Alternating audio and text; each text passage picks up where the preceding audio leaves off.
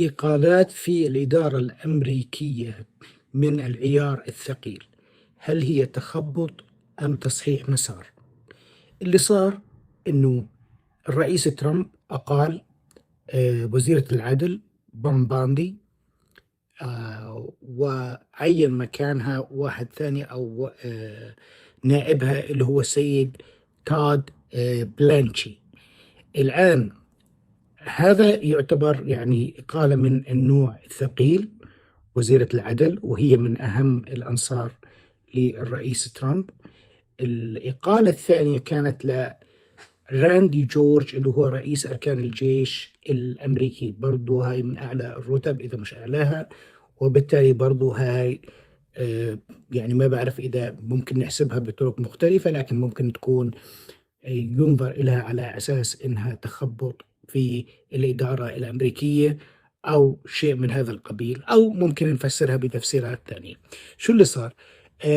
بين باندي أول شيء بالاستجواب بالكونغرس كانت كثير معصبة وهاجمت الناس اللي استجوبوها. ممكن هاي الأشياء خلت الرئيس ما عجبه هذا الشيء، وفي عليها يعني ناس كثير مش حابيتها، بيجوز يتخلص من هذا العبء الموجود في إدارته واللي العين عليه كثير.